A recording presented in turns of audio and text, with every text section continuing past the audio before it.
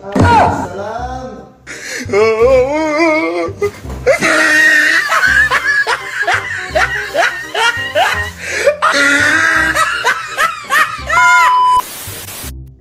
Yun, good morning mga kabayan. Kagigising ko nga lang kasi tinawagan na po ng manager namin. Pack up na daw kasi we go back to Riyadh. Kaya yung mga kasama ko ay nabisuhan ko na alis na kami. Pero dito sa kabilang kwarto, ang punta ko kasi maraming mga stocks dito na may iwan dito sa hotel.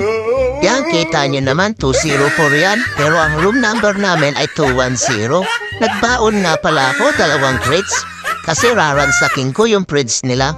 Sabi ko kasi sa kanila, imbis na itapon nila at ipamigay sa iba, sa mga kababayan ko na lang na Pilipino, ibibigay yung mga may iwan namin dito sa hotel. Yung mga extra naming pagkain, katulad ng mga frozen, mga mantika, itlog, bigas at kung ano-ano pang mga sangkap sa kusina. Yan, katulad niyan. Kukunin ko lahat ng mga pwedeng mapakinabangan, katulad ng mga yan, mga palaman at kung ano-ano pa. Lahat ng mga yan kukunin ko.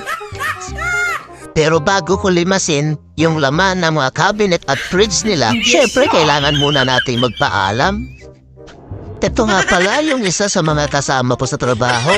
Ayaw magpakita sa video nung iba kasi nahihiya sila. Kaya sabi ko, sige mag-nom na kayo dyan at ako raransakin ko tong fridge ninyo. At habang niraransak ko yung fridge nila, lahat ng pwedeng mapakinabangan kinukuha ko talaga.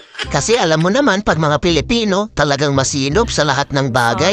Ultimo keso, ultimo mga palaman, mga sibuyas, bawang. At nilapitan nga ako nung kasama ko. Sabi niya, tuturo ko sa'yo baka madampot mo yung mga pagkain namin.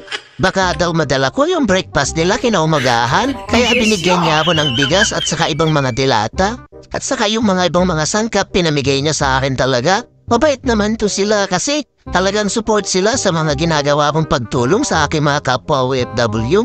Tuwan-tuwa nga sila sa ginagawa ko. Kesa nga naman itapon, mas mainam pa rin ay pamigay. At tulad nito, nakadalawang crates na ako oh. Hahatakin ko na yan sa kwarto ko, secure the perimeter, Mamang Guard. Meron pa sana akong raransakin na isang kwarto.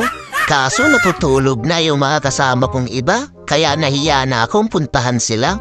Sobrang dami nga pala nitong naipon ko. Yung iba hindi ko na ipapakita sa video kasi baka may magselos na naman.